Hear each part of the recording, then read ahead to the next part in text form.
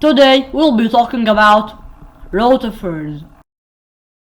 The reason they are called rotifers is because the rotating cilia that they use to catch food, giving them the name wheel animalcules. About 2,200 species of rotifers have been described. Rotifers are multicellular.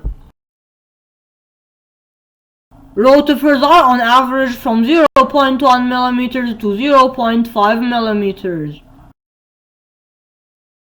Rotifers can be found living in films of water on moss and soil. Rotifers also live in freshwater ponds and puddles. Rotifers feed on unicellular algae and organic matter, but they sometimes feed on other rotifers.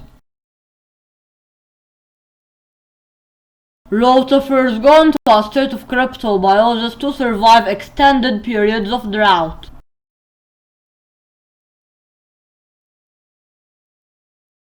And that's the end of the video. Bye, see you next time.